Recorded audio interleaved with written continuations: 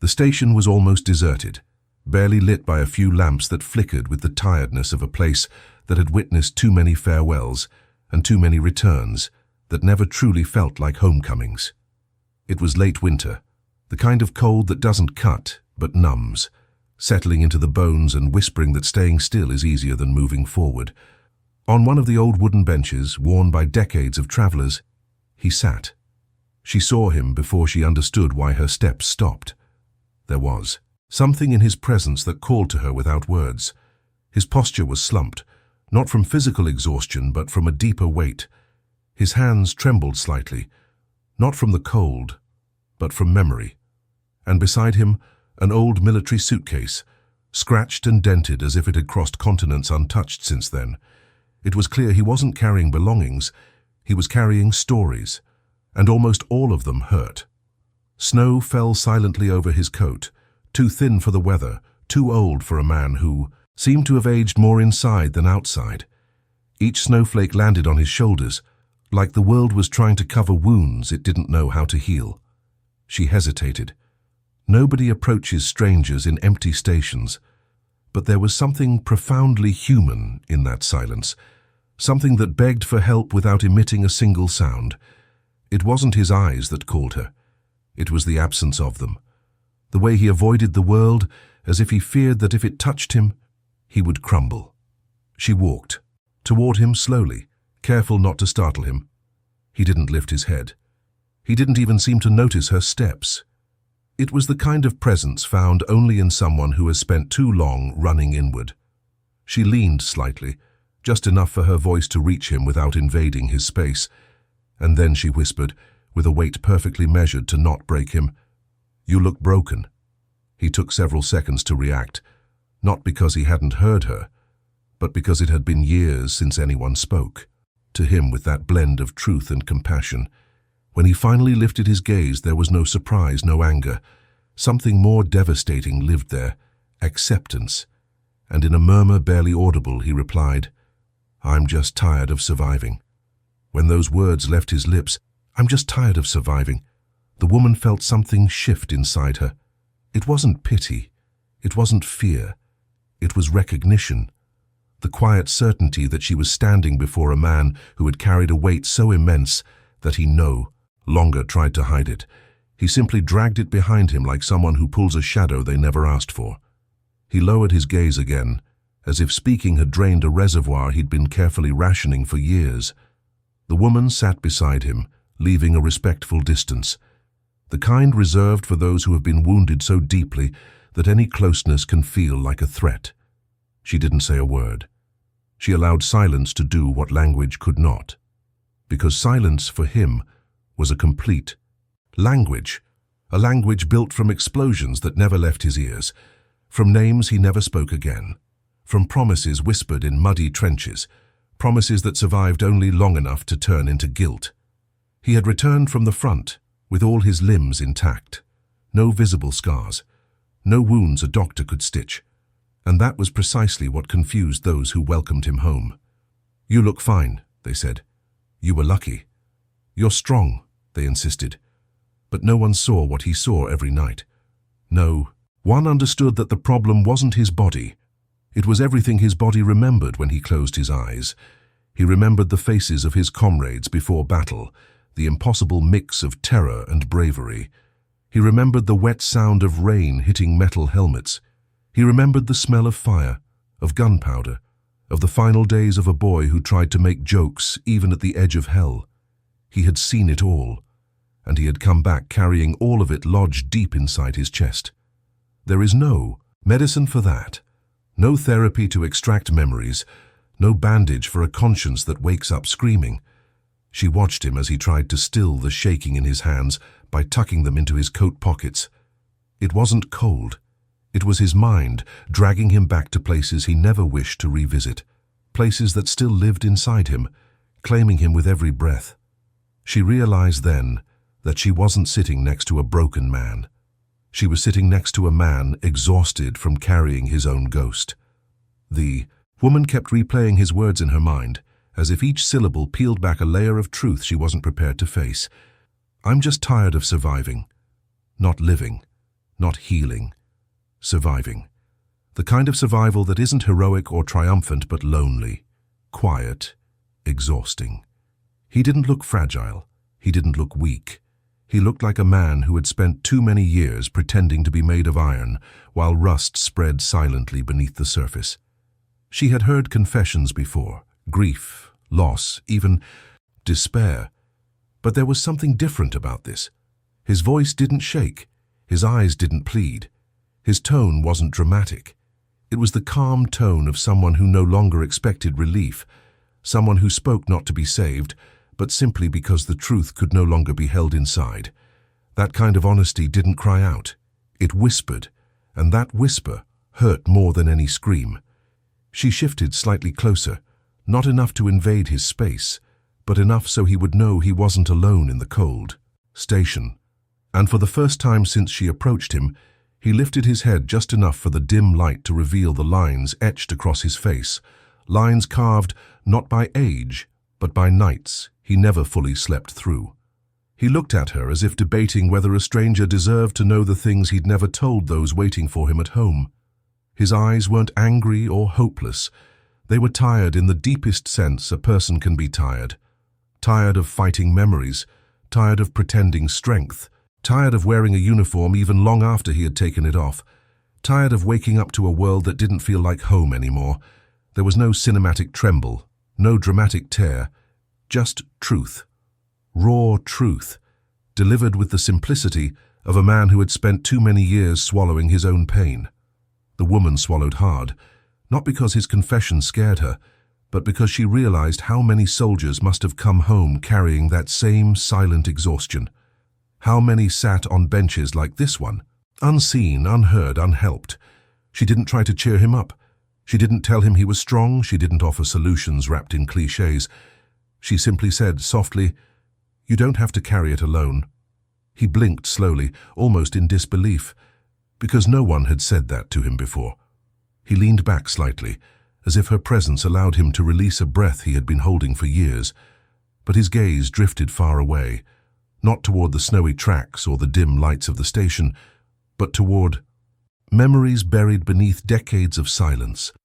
"When I came home," he said quietly, "I didn't recognize anything." She listened without interrupting. He didn't speak like someone sharing a story.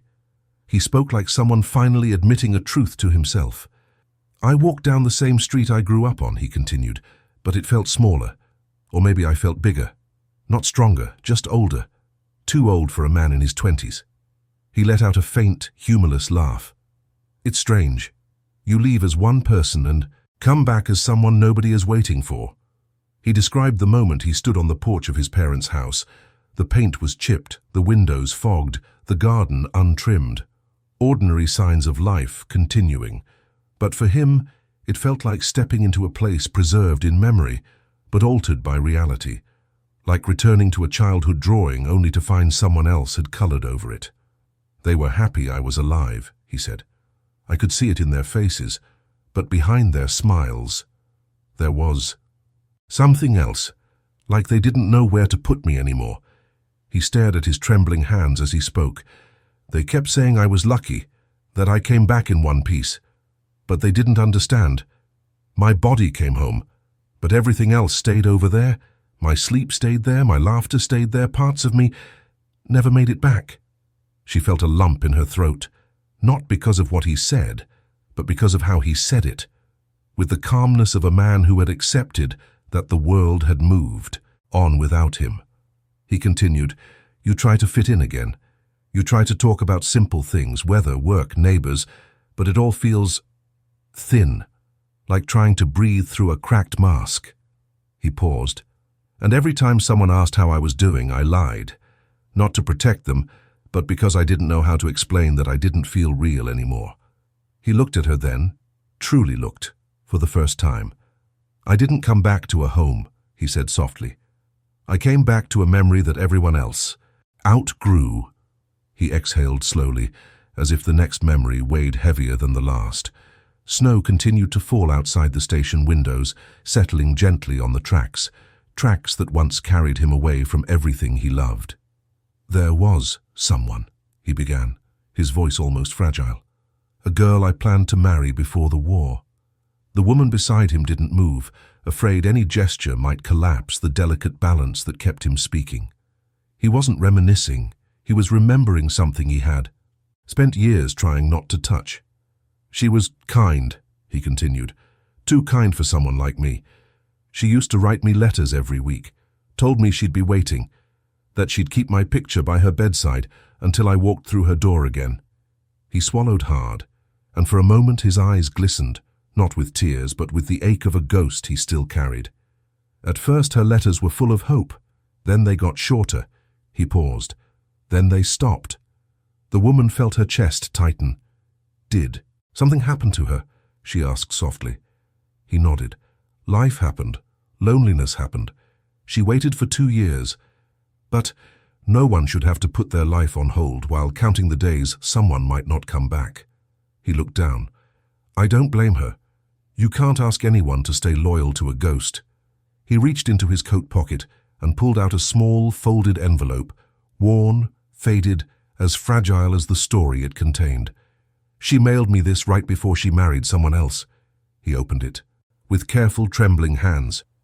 Inside was a single sentence written in blue ink. Please forgive me. I couldn't live suspended between hope and fear anymore. He traced the words with his thumb, as if the pressure might bring the past back into focus. When I got the letter, he whispered, I didn't feel anger. I felt relief, because at least she had escaped the war, even if I hadn't. The woman's heart ached for him. He wasn't grieving the loss of a fiancée. He was grieving the version of himself she believed in, the young man with dreams, plans, and a future bright enough to promise someone a life together. He tucked the letter back into his pocket with reverence. She didn't abandon me, he said softly. She simply stopped waiting for someone who wasn't alive in the same way anymore. For a long moment, neither of them spoke. The letter lay quiet in his pocket, but its presence lingered in the air like a soft echo of everything he had lost. The woman watched him with a stillness that wasn't made of pity, but of something deeper, something personal. She finally said, almost in a whisper, My brother was a soldier too. He lifted his eyes slowly, as if her words reached a room inside him he rarely allowed anyone to enter. She wasn't asking for attention. She wasn't trying to compare wounds. She was revealing a truth, her truth, that explained why she hadn't walked past him like everyone else. He didn't come back, she continued. Not even a letter saying why, just silence. She breathed in, steady but fragile. When I saw you sitting here, the way you held your hands, the way you stared at nothing, it reminded me of him. It felt like you were carrying the same weight he did before he left. The veteran blinked, taken aback, not by her story but by the quiet accuracy with which she had understood him. Most people saw a uniform, some saw a survivor. She saw something else entirely. You didn't look broken to me, she said softly. You looked familiar. Her words struck him harder than any grenade ever did. Familiar. As if his pain wasn't a foreign language after all. I used to sit with my brother on nights he couldn't sleep, she said. He never talked about what he was afraid of. He didn't need to. You could hear it in the way he breathed. Her gaze softened with memory. You breathe the same way. He let out a slow, shaky exhale. For the first time, he felt something shift. Not the weight of the past, but the sense of being alone inside it. I'm sorry, he murmured, though he didn't know why. Maybe because he felt like a living reminder of what she lost. But she shook her head. Don't be. When I sit with you, it feels like I'm sitting with a part of him that survived. She wasn't trying to heal him. She wasn't trying to fix what war had broken. She was simply sharing space with his pain, recognizing it, validating it, without asking it to disappear. And that, perhaps, was the first warmth he had felt in years. For a while, the two of them sat quietly in the cold station, not speaking, yet somehow communicating more deeply than most people do with words. The man shifted slightly, as if wrestling with the decision to share something he had guarded for years.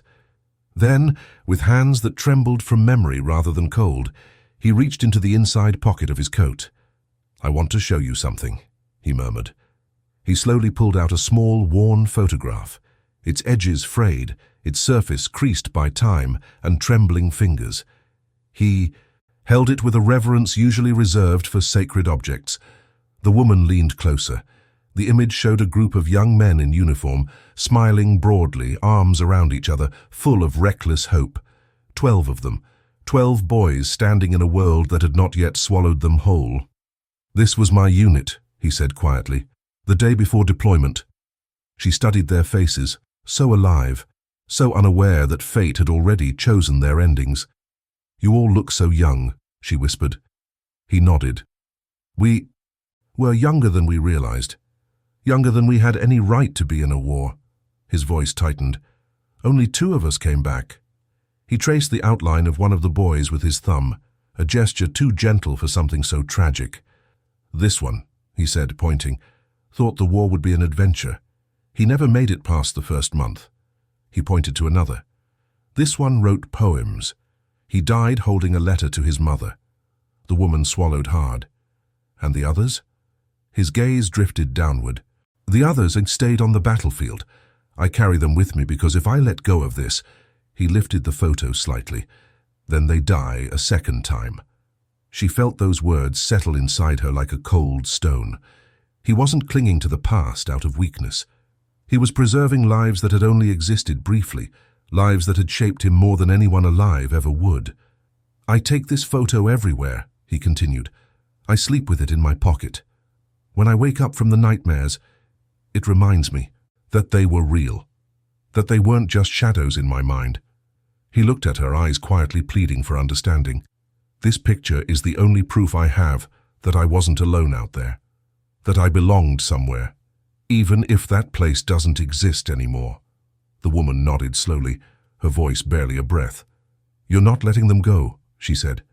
"You're keeping them alive." He stared at the photograph for a long moment, as if the memories behind it were too vast to speak, yet too heavy to keep carrying in silence. When he finally slid it back into his coat pocket, the trembling in his hands didn't stop, it worsened. "There's something I've never told anyone," he said quietly. The woman turned fully toward him, sensing the shift in the air, the way a confession builds like a storm before rain. He wasn't preparing to share a simple memory. He was preparing to release a burden that had lived inside him like a second heart. "It wasn't the war that broke me," he said. "It was coming. Home."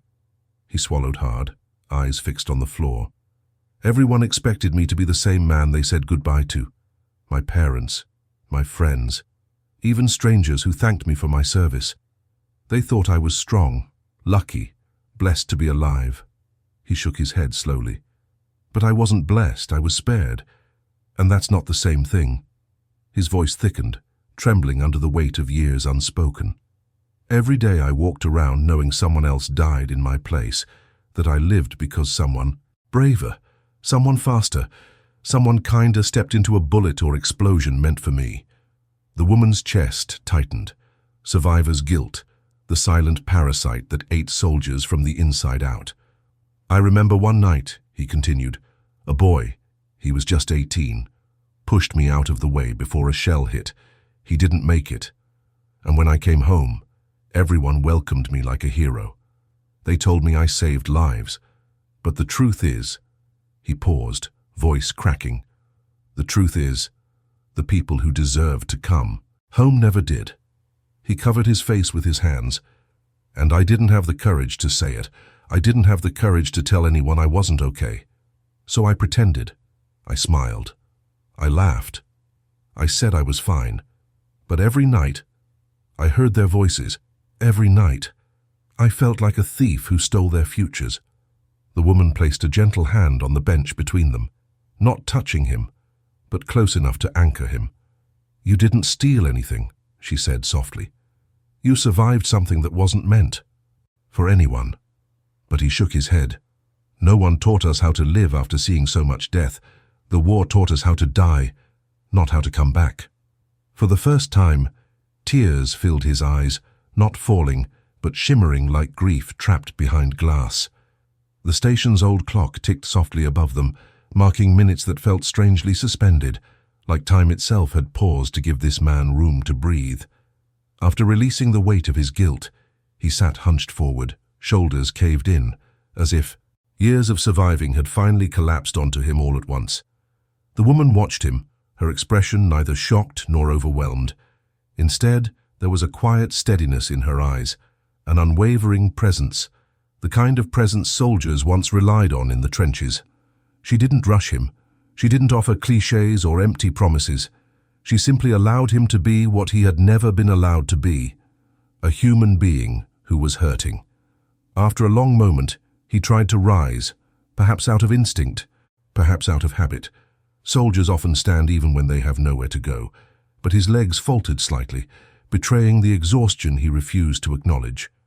Without hesitation, she extended her hand, not forcefully, not in pity, but in solidarity. He froze for a second, staring at her hand as though it was something unfamiliar, an anchor thrown toward a drowning man who had forgotten what rescue felt like. "You don't have to get up alone," she said softly. He hesitated, then slowly placed his trembling hand in hers. Her grip was firm, warm, grounding. She helped him rise, not pulling him, but rising with him, matching his pace, matching his fragility. When he stood, his body wavered as if adjusting to a world that felt heavier than the battlefield ever did. She gently slid her other arm beneath his, supporting him without taking away his dignity. He didn't protest. He didn't apologize. For once, he allowed someone to help him carry the weight. They began walking toward the exit of the station, their footsteps slow and synchronized. Snow blew softly through the doorway, coating the floor like a quiet invitation to step back into the world. "Where are we going?" he asked, his voice barely above a whisper. "Somewhere warm," she replied. "Somewhere you don't have to sit alone with all that pain." He didn't argue. He didn't resist. He simply nodded, a small but profound surrender to the idea that he didn't have to face the war raging inside him without a companion. For the first time in years, he was not moving by himself.